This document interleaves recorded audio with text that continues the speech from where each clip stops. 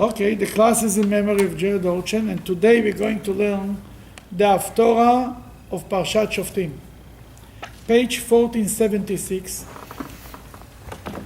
As we mentioned once in the Haftorah of Shabbat, Nachamu, I think, or Shabbos after, we spoke about it, that the Jewish people are having a conversation with God. Every beginning of Haftorah is a question and answer. God sent, right after Tisha B'Av, God is sending the prophet to comfort the Jewish people. And he tells the prophet, Nachamu, Nachamu Ami, go and comfort my people. The prophet came back to God and said, Aniya so'ara lo nuchama. The Jewish people, the woman, doesn't find comfort. She doesn't want the prophet to comfort her. It's not good enough. And God said, today's Parsha, today's Haftorah, Anochi, Anochi umenachemchem. I myself will come to comfort you. God doesn't want, the Jewish people, is not good enough for them, the prophet. It's interesting that this discussion has to do with the Parsha of the week.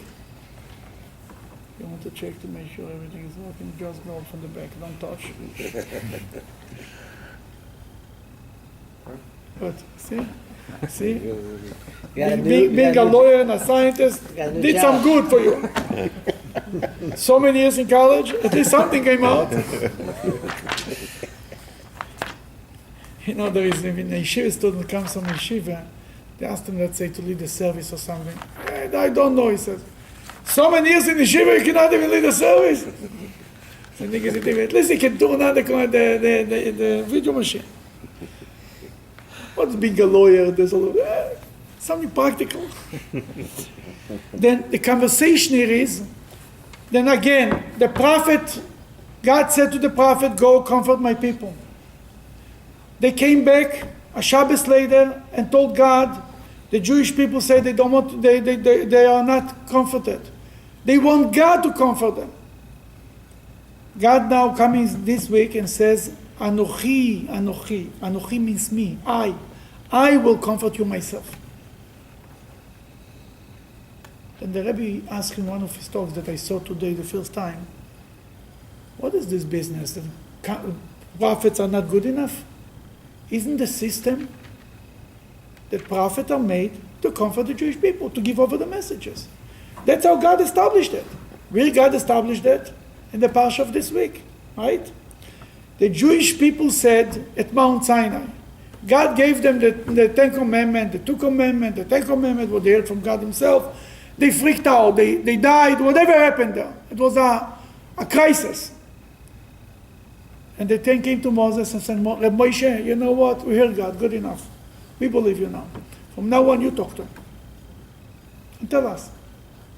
Moses was a little disappointed. God gives you an opportunity to talk to him, and you don't want to talk to him. That in this parsha, Moses is saying, you remember that you said we don't want to talk to God straight, we need a prophet? We need you? Because of that, God established prophets. They should speak the word of God to the people. And what is this business that the Jewish people come after the destruction of the first temple or the second temple? Thank God, you send me a prophet, not good enough. We want you. Isn't the Jewish people themselves said that they don't want to hear from God himself, so to speak? Afraid. They were afraid of God.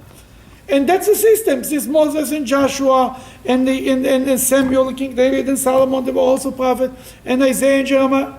That's the system. What is this business? I want God himself. The Rebbe said something very interesting. In general, comfort of a prophet is good enough. But after the destruction of the temple, it was such a tragedy. It was such a... The magnitude of the tragedy was so big that a regular prophet will not do it. For this case, you need God himself. So was the Rebbe. If God himself knew that for this it will not be enough prophet, why he didn't come? Why to begin with, God didn't say, I will come to comfort you? Why I need to send a prophet? Then the Jews complain. Then just come and pray. Because there is an order in life. In the world there is an order. Everything is to go from step to step. Why there is 3 temples? We had 2 temples, right? The 3rd temple, maybe Moshiach will come. Why not just to send the 3rd temple? Because it's going from step by step. Temple number 1 is 1 level. There was the Mishkan in the desert. Then it was a temple. Then was that 2nd temple was top. In certain things, the 2nd temple was stronger, bigger and longer, stood more years than the 1st temple. The 1st temple was 410 years. 2nd temple was 420 years. The 1st temple was smaller than the 2nd temple. Then it was going, finally will come the 3rd temple, will be forever. Everything goes so step to step. And the 2nd temple is intermediate because it has components of both the first and What I mean to say is, the same thing is here, the Rebbe says. First of all, you send the prophet to comfort the Jewish people. Now we need to look at the Jew. If the Jew is comforted, fine. If it's not enough for him, and he cries out, God, I want you to comfort me, then we can get God. You understand? Like Pesach Sheni. You know what Pesach Sheni is? There is a story in the Bible of the 2nd Passover. The Jewish people offered the 1st Passover in the desert, and there were some people who were impure, right? And they were too far away. Whatever happened to them, they were impure. That's basically, and they couldn't offer the Passover lamb. They came to Moses and complained, "Why should we be left out?" Such an American request. Why should we be left out? I also want. Moses turned to God. God said, "They're right. We'll give them a 2nd chance." Then the question is, if God planned to give a 2nd chance to begin with, why didn't tell him? And if he didn't, would he change God's mind? There are certain things that you get only if you demand. If it's bothering you, and if you're missing it, God will go out of his way to give it to you. But if you don't need it, I'm not going to give you something you don't need. God wants to see the outcry. Taking away something from you, and now everybody says, oh, no more shoes. Oh, no more shoes, fine. No more shoes. In the time of the Romans, in the beginning, the Greeks said that you cannot observe circumcision. They cannot observe Shabbat. And the men said, oh, no, I will not do this. I will not do this. Finally, the women came and woke them up. What do we not do? And only when the Jewish people were ready to go to war, then miracles took place. Miracles don't take place, we'll sit here and we'll learn Torah, whatever will be. It doesn't work like this. If you are not ready to go the extra mile, God is also not ready to go for you the extra mile. God is a reflection of us, you understand? When is God going to come by himself to comfort the Jewish people? When we cry out, we want God. Oh, you said there's an outcry, there's a screaming, there's a pogrom, the prophets are not good enough. Okay, then God comes out. But if we are satisfied, then he's for sure satisfied. Now here, and it's interesting, that's the connection between the Parsha of this week and the Haftorah. In the Parsha, God speaks about prophet. He's sending, Moses said, God will appoint prophet like me, like Moses, one of you. And he will speak in the name of God. And it might be a false prophet and so on. In the Haftorah comes and says, no more prophet. God himself is going to come. Now, where was the word Anochi said the first time? Mount Sinai. God said, Anochi Hashem Elokecha, I am your God. Here, what is the prophet, the beginning of the Haftorah start? Anochi, Anochi, double. At Mount Sinai, God said, I am once. God says here twice, I am. It's a higher level of connection to the revelation to the Jewish people. That's when Moshiach will come, will be Anochi, Anochi. God will be a higher level than Mount Sinai. Build on Mount Sinai, the higher level of it. Is this similar to the exile when God went? Moses said, we only want you to go with us? or a different level. That's, It's the same idea. It's the same idea. That's all the idea that God says, I will send a messenger, I'll send a prophet. And the Jewish people say, we want you. We want Mashiach now. That's what it's all about. So who would the Jewish people talk to today when there are no prophets? Rabbi. I'll just ask the question again. You always have to ask on a good note by repeating, right? God repeats twice, Anochi, Anochi. It's not asking a question. If we are really want a connection with God, we'll get it. The more we invest in it, the more we'll get out of it. Now, are you talking as an individual or as a community? As an individual. Because I thought this is implying a community. It's individual and communities. It goes on both levels. Prayers, that's what prayers is all about. It's a love affair with God. And the more we invest in it, the more we get out of it. The more you put in, the more it's all up to us. God is a reflection of us. And the more we'll search for God, there is a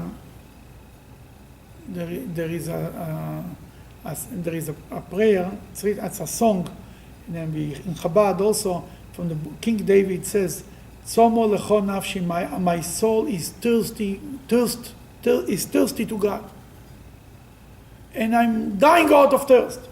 Like the Rebbe once spoke about that. What's the point to be thirsty if you cannot be quench your thirst? The Rebbe said that being thirsty alone fulfills some of the need. You understand? For example, you're missing somebody. You talk about them. You can say talking about them doesn't bring him back, right? But the talking about them alone satisfies you.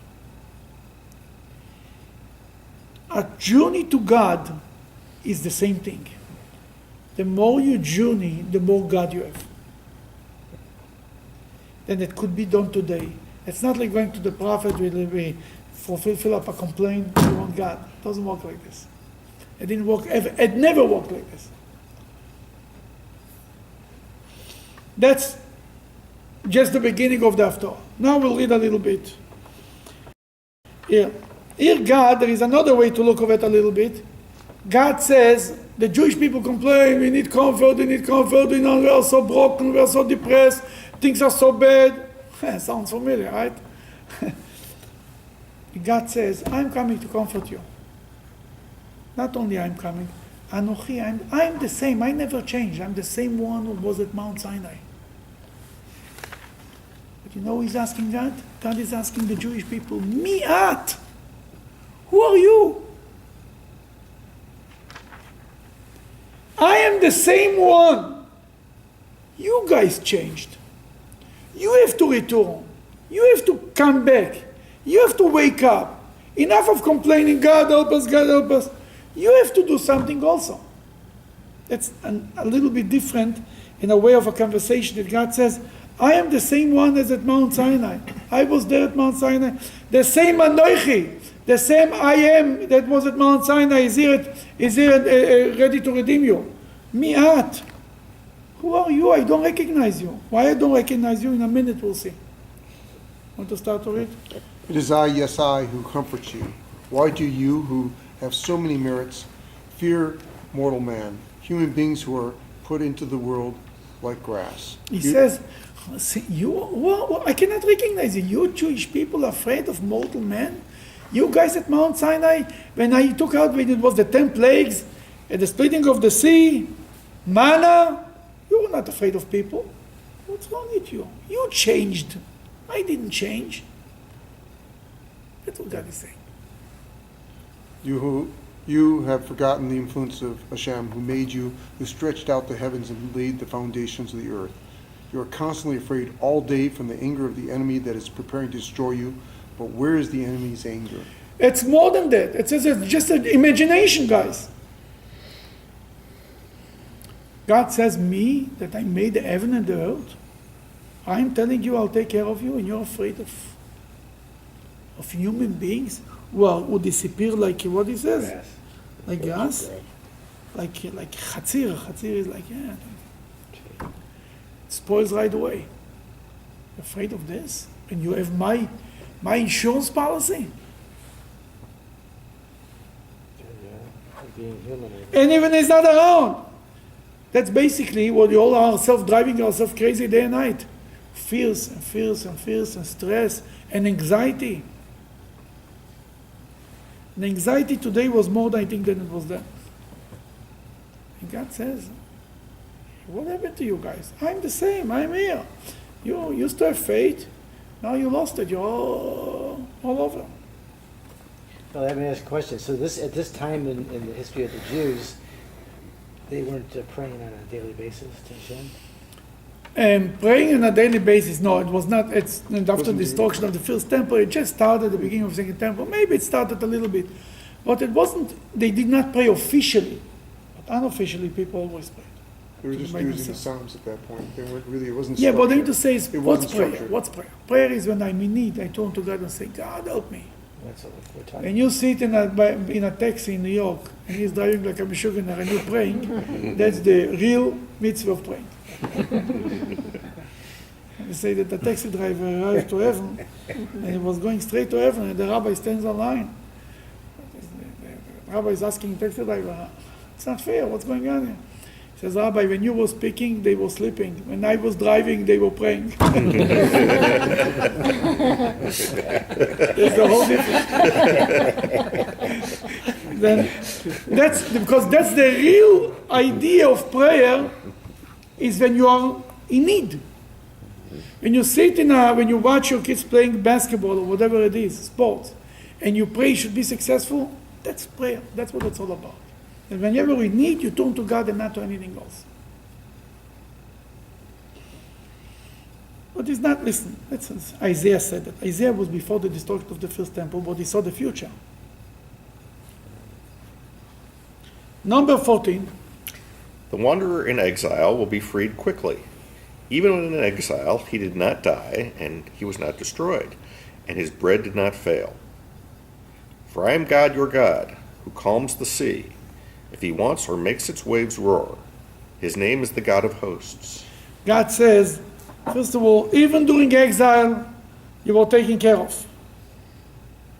And in here is in Hebrew, Va'anochi Hashem Elokecha. That's literally the words of the Ten Commandments. Anochi Hashem Elokecha. The same words here. I am the one who relaxed the sea and makes the waves flow. I control everything. What are you worried about? What does it mean, though? It says the wanderer in exile will be freed quickly. Because it's been thousands of years we're in exile. What does that mean? He wants to know why you're still in exile. No, I didn't ask why we're in exile. It says that the wanderer in exile will be freed quickly. First of all, after the exile of the first temple, It's you go quick. free. It's a- Right? yeah. It was fulfilled. Right. Okay. But also they were in Assyria too, before that. When the kingdom of Israel. When Isaiah said that they were in Assyria, so they're gone, they're lost. But the second thing is, again, like I said before about, you don't have to wait for Mashiach to come. Going out from exile is also a personal process. If I cannot change a character in me, I'm in exile. We have OCD things, all these fears. We're in exile. Freeing out from exile doesn't mean necessarily that we see Moshiach coming on a white horse. This will be, yeah, absolutely. Okay. But on a small scale, every one of us has to go out of exile. And that's the job that if not what we are learning. Moshiach will come, will take us out from exile. The big redemption will come only when we small people will get ourselves into our own redemption. We'll pull ourselves from our own exiles. From our own exile in Hebrew, it's on the word meitzarim, boundaries. More little boundaries. Oh, I cannot come 5 minutes early, I cannot say 5 minutes late, I cannot do this, that's what I'm used to do. Breaking the boundaries. That's what it's all about. Expand. Comfort zone. Yeah, we all like our comfort zone. And to go out of our comfort zone means to go out of exile. Rabbi, what's the reason for the change in person here? He goes, "For I am God, your God," in 15.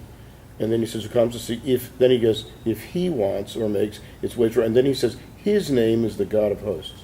That happens many times, But even in what- every what's the- even in every brocha, every blessing. Baruch atah Hashem, you're speaking to God, right? Blessed are you, God, King of the universe.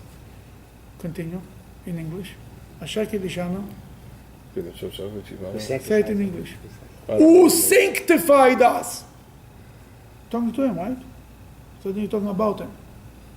You understand what I'm saying? They don't Well, capitalize that's here. changing. So, One second. okay. In every blessing, Okay. you're starting to talk to him, then you talk about him. And so God is doing the same thing. That same thing it happens a lot everywhere.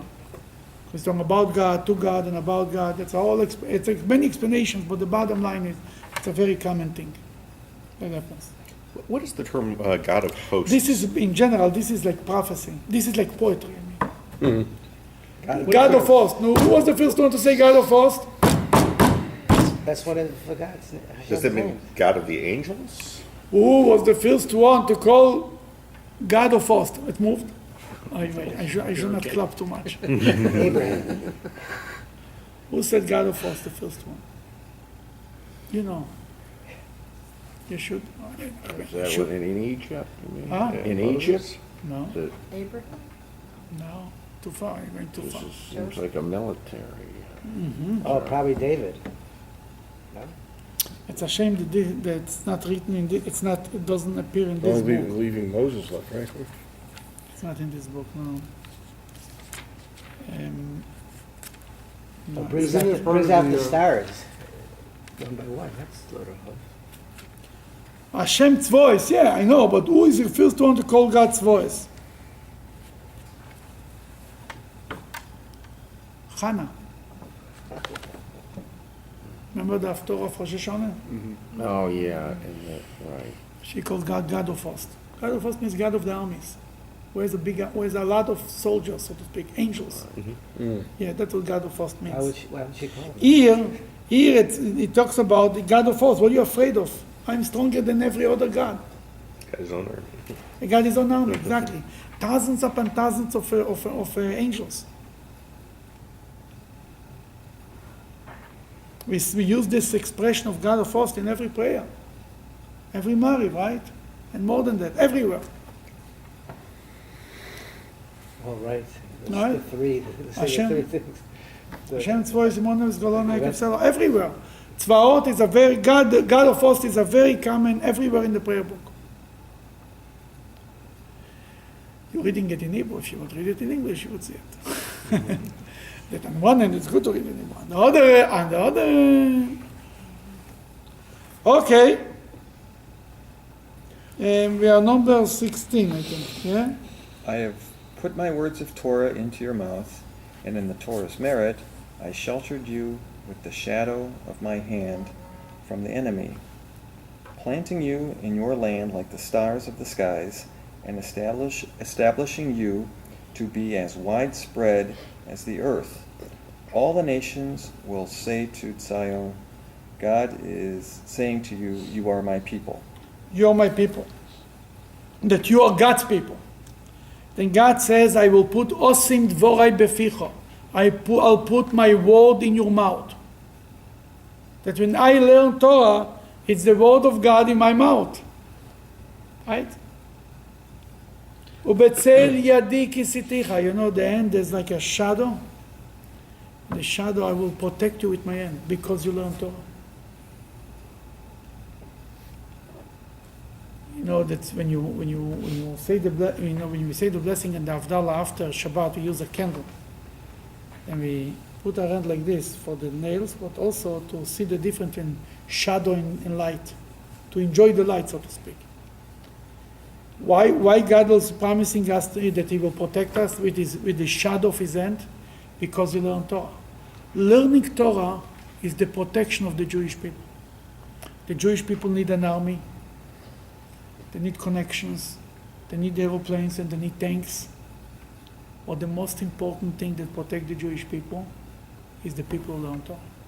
Jewish law says that talking about a regular city, not even in Israel, that the scholars have to be pay for everything, but they don't have to pay for guards to the city, because they guard the city. With their learning Torah, they guard the city. That's the idea behind having yeshivas to strengthen Israel. right? Absolutely, absolutely. Like a mezuzah. Like a mezuzah, exactly.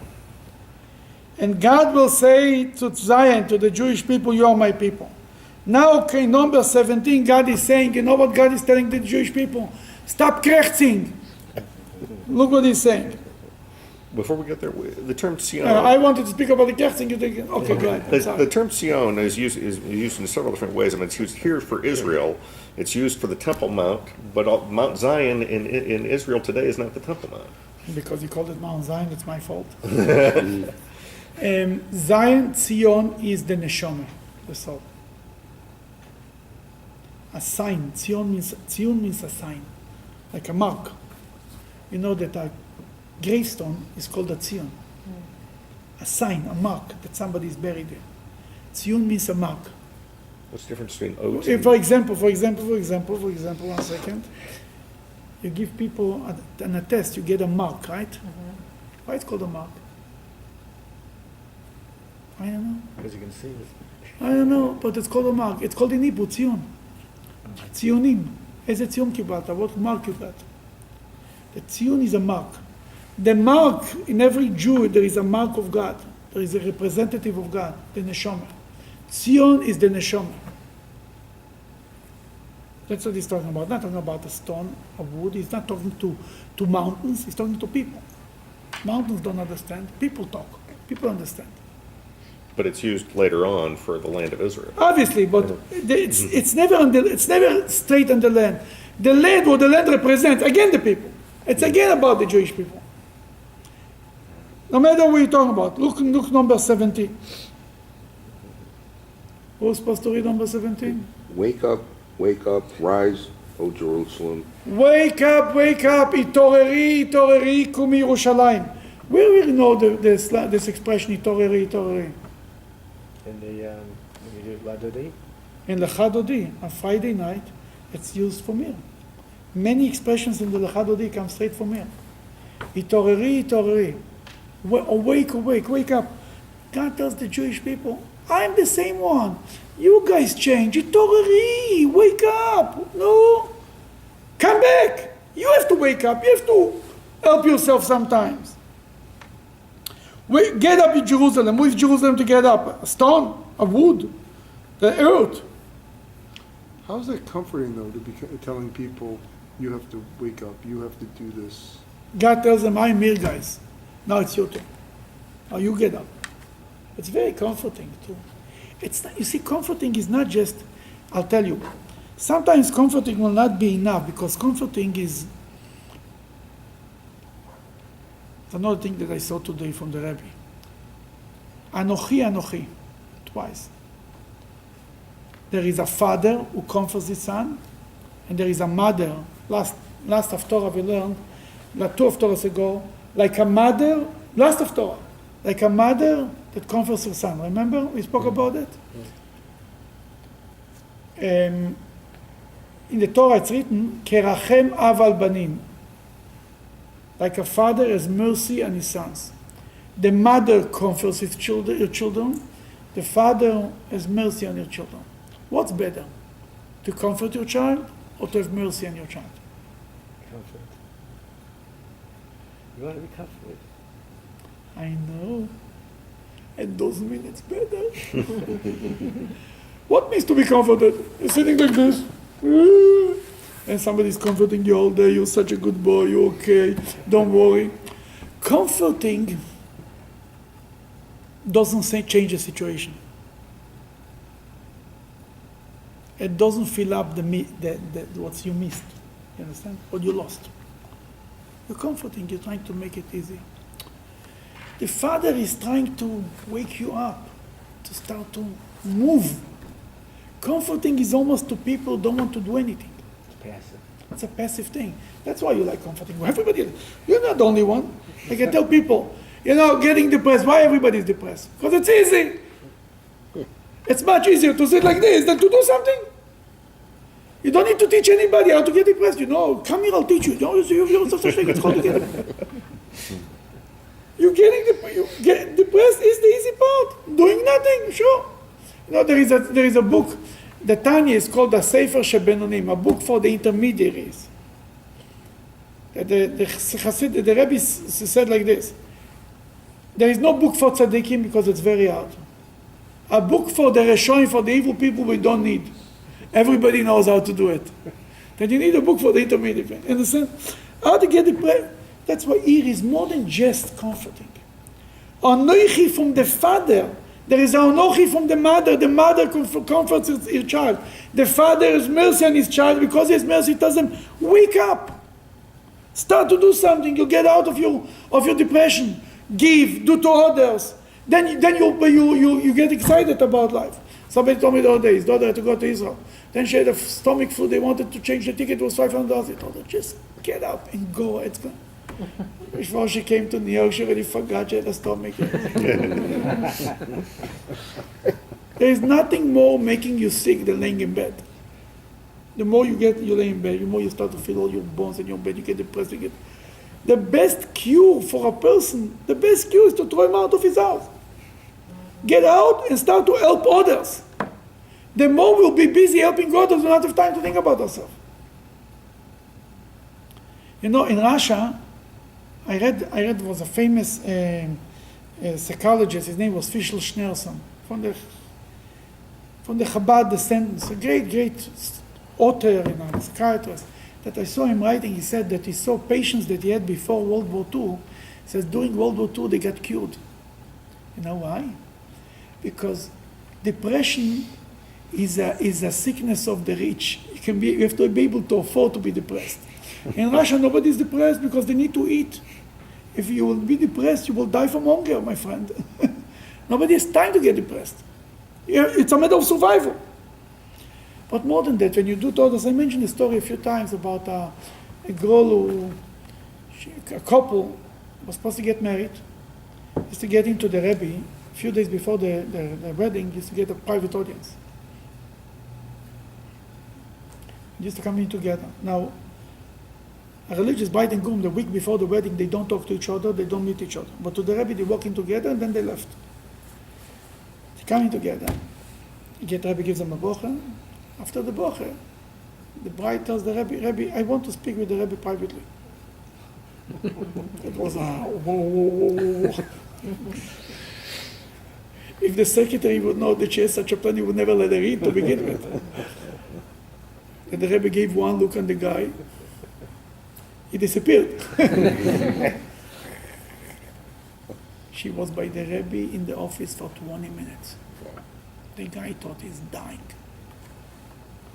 And after she walked out, they couldn't talk to each other.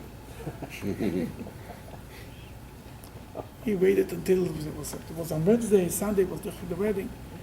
Right after the chuppah, you go to the Yichud room, the private room.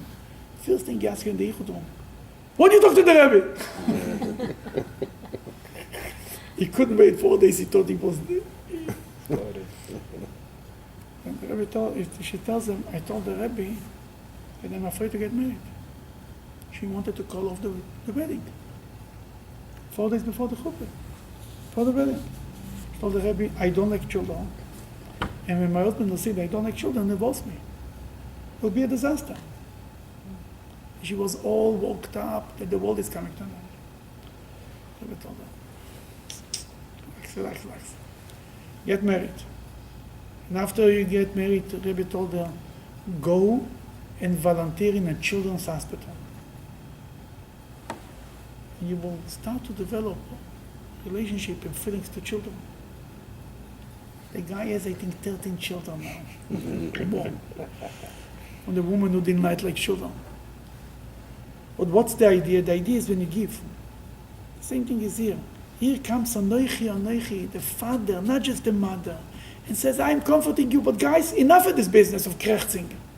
Get up, wake up, and start to do something. Action. Let's read number 17. Again, I'm sorry. Wake up, or rise. Go ahead, O Jerusalem.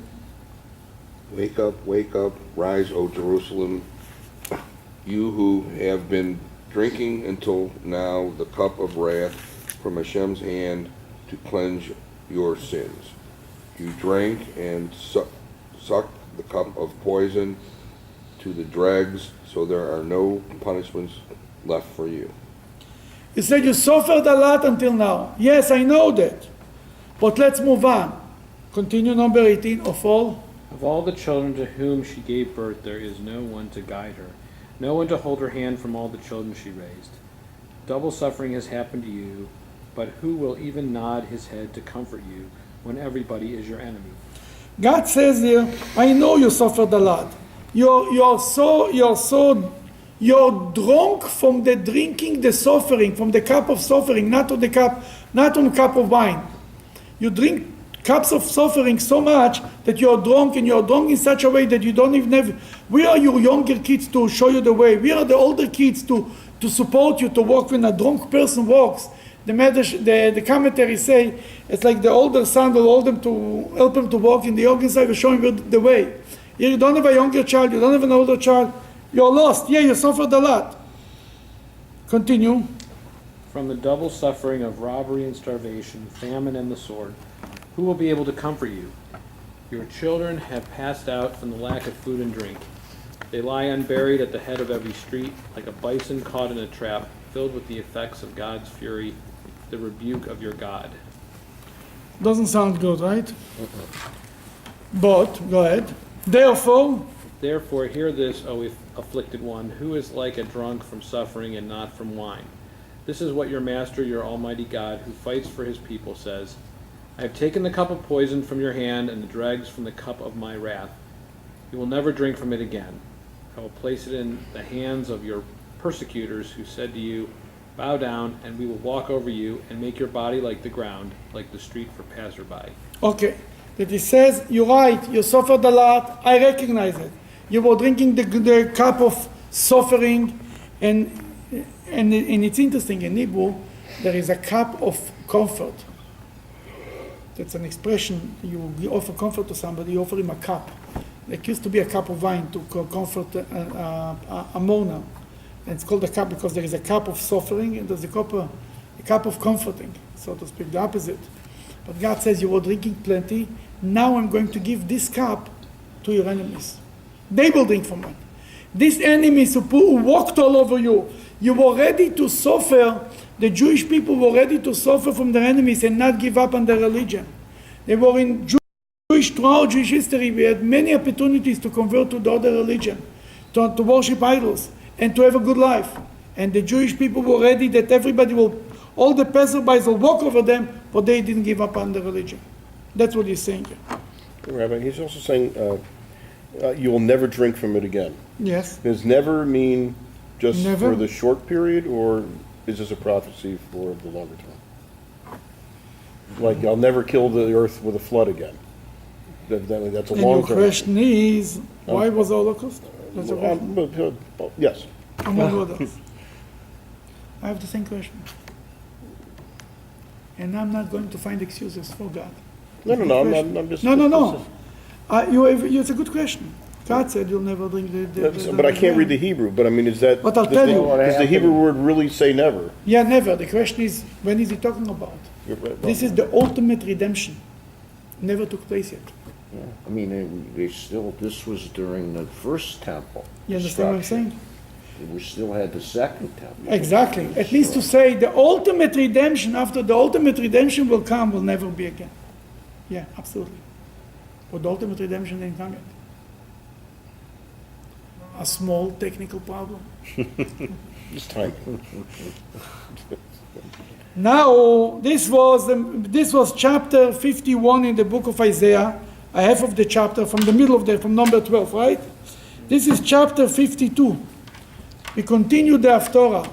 How is he continuing the Haftorah? Again, a call for a wake up. Go ahead. Wake up from your slumber of offering. Wake up. Clothe yourself with your strength of old Sion. Put on your beautiful clothes, O Jerusalem, holy city, for the uncircumcised and unclean will no longer enter you to rule over you. Okay. Uri. That's also, will we say, remember that? Also from the Chadodi, right? What's the words? Uri, Wake up. Uri, Shir Daberi. Yeah, wake up, wake You up. did that already. No, that was No, his that Toreri, and this is Uri, Uri. Similar, but not the same. Again, the prophet is telling the Jewish people, guys, now it's your turn. Wake up. And what is he saying? Put on your clothing, your beautiful clothing. What is the beautiful clothing of Jerusalem? Torah? Torah is compared to food. And water. What is clothing? Mitzvahs. Mitzvahs. And mitzvahs alone, you know what the biggest mitzvah is? Torah study. That's Torah, that's food. Again, back to food. Well, it can't be, but Mitzvahs! Charity. Tzedakah. Clothing and There's an amazing story. There's a story about the Rebbe of Tzanz. It was a Hasidic Rebbe that he had one weakness. He couldn't leave money in his house. If he had money, he had to give out all the money before he went to sleep, charity. He couldn't sleep on the money, so to speak. And it was talking about the OCD big time. He had this thing, it was to give charity. He was a big Rebbe, he had rich Hasidim, and he used to call him sometimes, he said, I'm dying, I need you to give me money to give for charity. He gave him money, he gave everything out. Everything. Nothing for himself. Story goes, he married off his youngest daughter. He had thousands and thousands of Hasidim. He was in Galicia. Where is Galicia? Somewhere in part of Czechoslovakia. Czechoslovakia. Huh? Where's Galicia? I don't know what's that. I thought it was Lithuania, but maybe. Yeah. It's part of the Austro-Hungarian Empire. That's Yeah, why. somewhere like this. Can you imagine going to the chuppah? The youngest daughter, thousands of Hasidim came to the wedding. He's going to the chuppah. In the middle of the skin, I hear somebody crying, I can't take it, somebody's crying. They know when he says somebody's crying, it's not that he hears a child crying from him. Somebody in town is crying. He was very sensitive to crying of other people. But they spread all over town to see who is crying.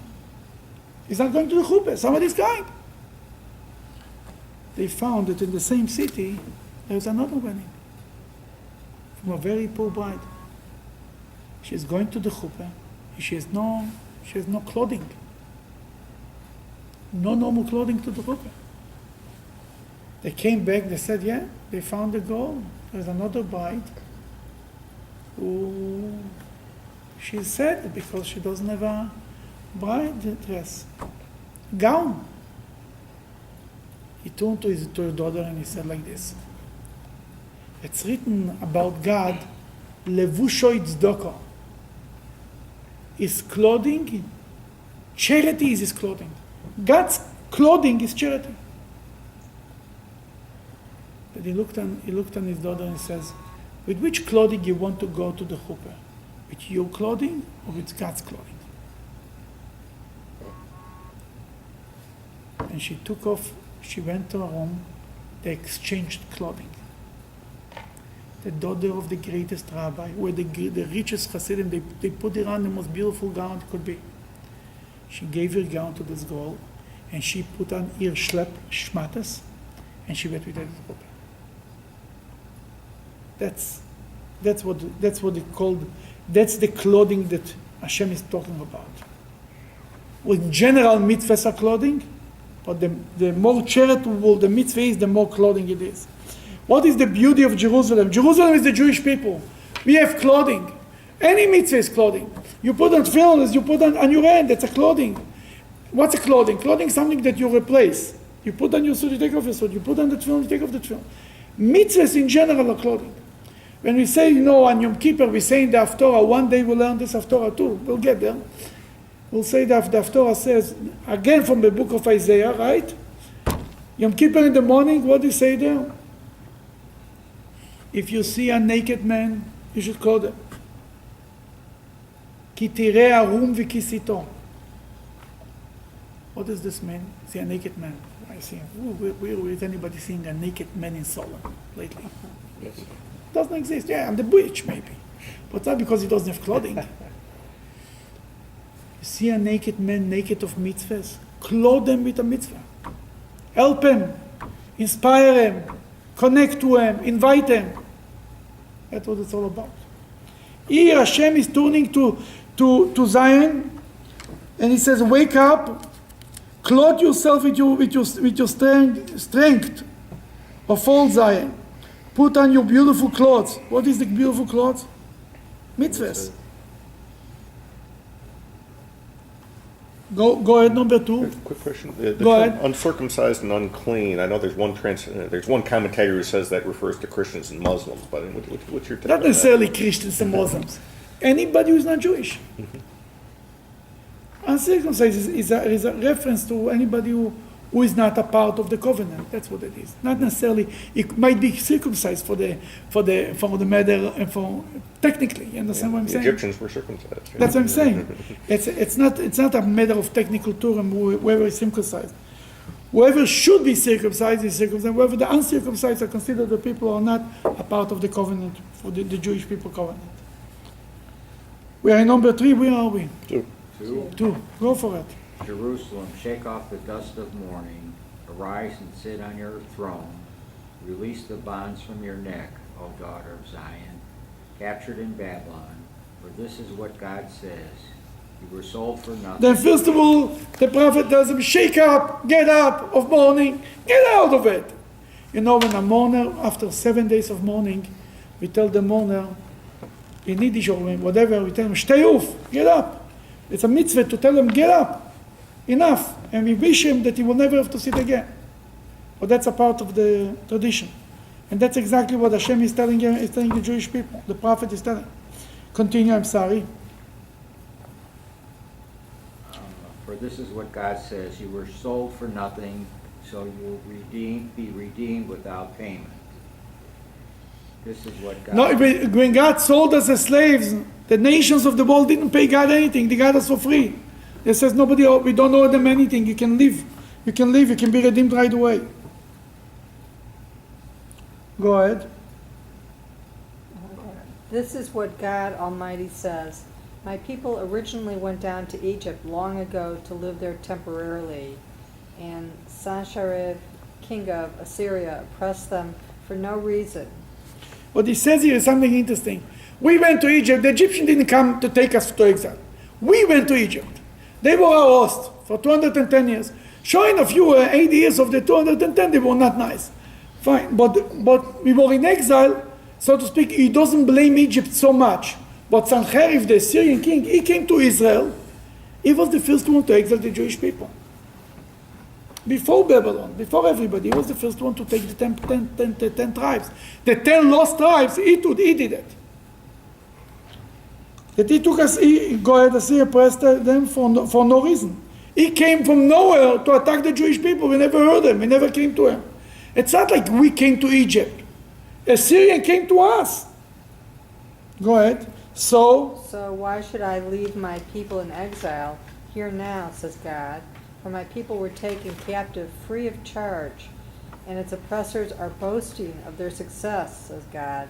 My name is disgraced constantly all day. by the Jewish people being in exile, the name of God is being disgraced every day. Because what people say, if this is the chosen people, where's the God? That when a Jew suffers, it's not only the Jew suffers. When a Jew is in exile, the Shekhinah is in exile. You understand? God is stuck with the Jews. It's not he sent the Jews in exile and he stayed back. But Hashem also arranged for Assyria to take over. This is true. But God suffers with it. It's like almost, I'll give you an example. Like you have to punish your child. You shouldn't go out of the room. Your heart breaks, but you know you have to do it. But God suffers together with the Jewish people. Because his name is being desecrated every day that the Jewish people suffer. But he knew that. I'm sure he knew that, but he had no choice. Just like a parent who knows that he has to discipline his son, if not, he will never walk. Yeah, giving in all the time, as we all know,